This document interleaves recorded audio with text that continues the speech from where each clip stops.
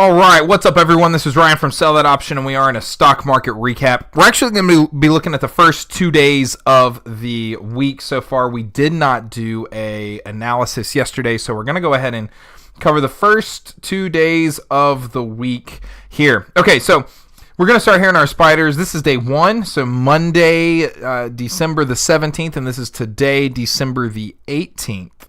Okay, so I actually want to get pretty in depth here as we begin to look at what's going on here in the market. So one of the things that you've seen is 6 straight red candles. And so very often what we've seen, even beginning back here, we've seen a gap up and then we lose it throughout the day. We saw a gap up, we lose it throughout the day. We see a gap down and we continue to move down. We see a gap down, continue to move down. Then we see a gap up and we continue to move down. And so what each of these candlesticks is representing is that the intraday price action right now is to the downside. Okay. And so you can see that every single time we've started or gapped up even, we've ended near the low of the days, or we still have a red candle because we've closed lower than we've opened. Okay, and even here in the spiders, we gapped up pretty significantly. I mean, I think that when we opened, we were up about a percentage. And we even got up to 1.5% or so throughout the intraday, but we still closed down on the day by 0.1%. And so from a technical perspective, this is something that we want to really be paying attention to, okay? Just as we begin to theorize what our short-term market rationale might be. So one of the things that we can see here is our 9 EMA is still acting as resistance. After this cross below right here, we've seen the 9 EMA continue to act as major resistance. Okay, we've, for a couple of weeks now, we've seen this death cross, and we are below both the 50 and the 200-day simple moving average. Further, we broke this level of support. This was a trend line that we had drawn, and we broke it, right? And so now we are to the point where if we continue on this, right, 252.92, right, we are going to challenge very soon, and we almost did. I mean, let's go back here, 252.92. What was the intraday? Intraday was very close to that. We're 30 cents away, 35 cents away. And so we are looking at new 52-week lows. And if we do that, that's again another sure sign that we are bearish in equities. Same thing you're going to see here on all of these. We go into the Qs, we see a gap down, a gap up, we lose it. But interestingly, we have somewhat of a doji here. We certainly did not have a doji in our other candle. This very much gives the feeling of a doji. And so 9 EMA is acting in resistance. We're in this death cross here. Implied volatility is up in the spiders. Dow Jones, one more thing, I'm sorry, in the Qs before we move on. We were up 0.6 percentage point. And so that is certainly different from the spiders.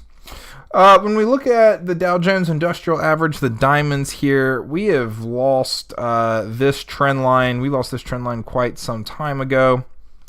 We also do have still a little bit of time before we get to 233.2, but we are pretty significantly bearish here against the 9 EMA. And take a look at this.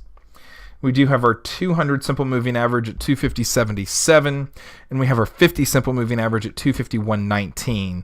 Again, this tells us that we are bearish in equities, especially if we get this death cross, and it's the last death cross we've really been waiting on here in our major indices, because as you can see, our IWM, which led us, right, this led us, first death cross that we saw way back here in early November, over a month ago, and it often is our leading indice.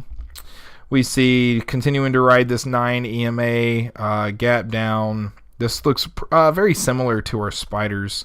Gap down, and then we have a gap up. But unlike our spiders, we have 4, 5, 6, 7. We've got 8 red candles. We've got 10 of the last 11 candles are red as well. And so again, when we think holistically, right, take away all of the geopolitical, socio-political stuff that we're working with, And again, I'm not a financial advisor, and I don't suggest anything, but play what you see.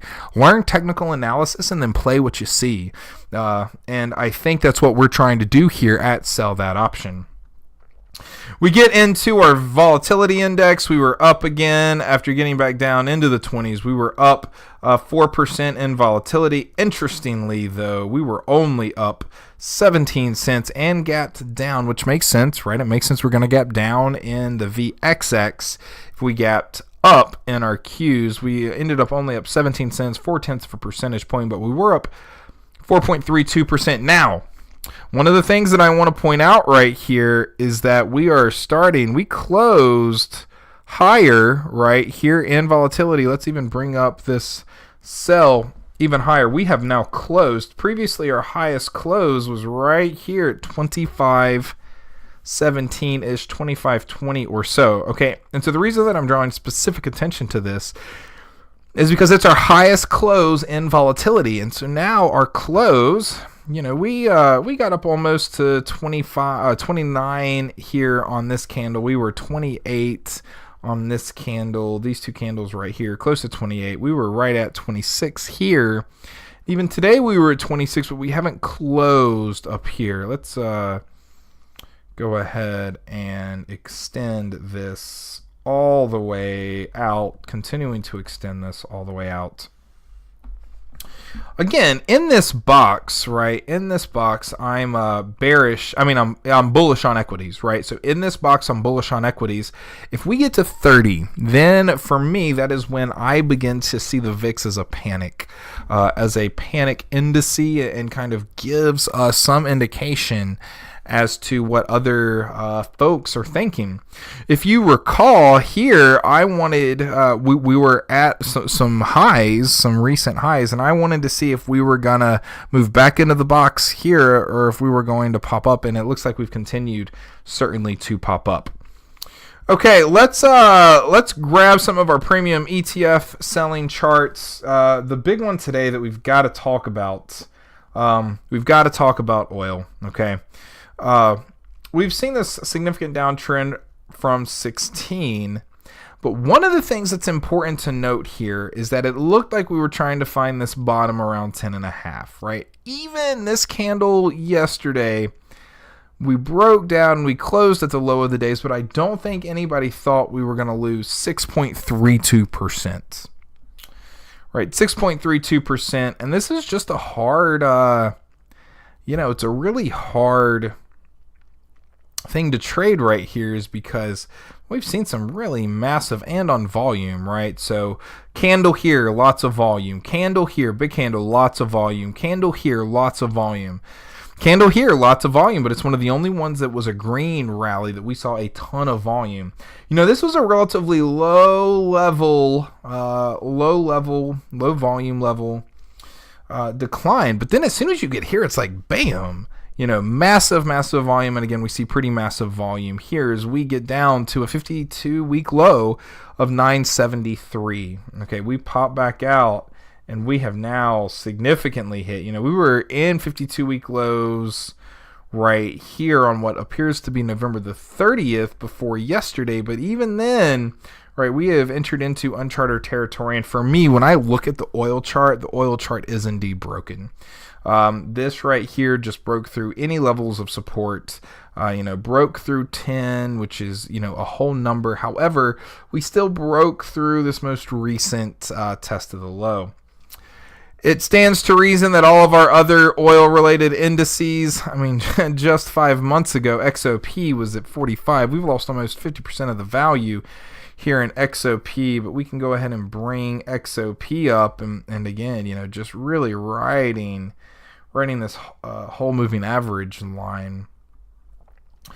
And so we see XLE2 down 2%, 2.5%. We see XOP down 2.5%, OIH down 2.5%. And again, just writing this really broken chart here. So oil, and again, these are derivatives of oil, right? And so they're going to continue to, kind of follow what oil is doing. And so as long as oil is falling, as long as USO is falling, OIH, XOP, XLE, to a certain extent, they're also going to follow suit, right? They're going to follow suit. So we just got to take advantage of that and kind of understand what's going on in that regard. As we go through some of our others, EWZ, our Brazilian ETF, nothing necessarily to note. We did see a continued breakout to the top, right? So we broke out above this 1211 area, and so that's important to note. Gold, even though equities were, at least the S&P, but you can see that there's an inversely proportional relationship oftentimes, not always, but oftentimes there with equities and gold as well as TLT. So what's good to know is we look to manage our own portfolios that there are these inversely proportional relationships. Let's get into our market watch here. Let's take a look and see what's going on. Looks like we very well might have a gap up in the morning. Our S&P minis are up almost 0.5%, as are our Qs and our Russell 2000. Russell 2000 is leading the way here, up 0.6 percentage point. But really, again, one of the things that I've continued to say is that this is a fascinating time to be in the market, and this is no exception. Okay, this is absolutely no exception as to what's going on in the market, and it's a really exciting time. Let's just keep taking advantage of opportunities to come in and out of the market. Here at SellThatOption, we are taking opportunities to ladder in, especially in this move in oil as to our trading style. We did send out an alert today, specifically with oil, because we've got to move with the market, and that's what our system allows us to do. So if you have any questions, please feel free to reach out to me, Ryan, RYN, at SellThatOption.com. Otherwise, as always, stay humble, stay hungry, and here's to our success.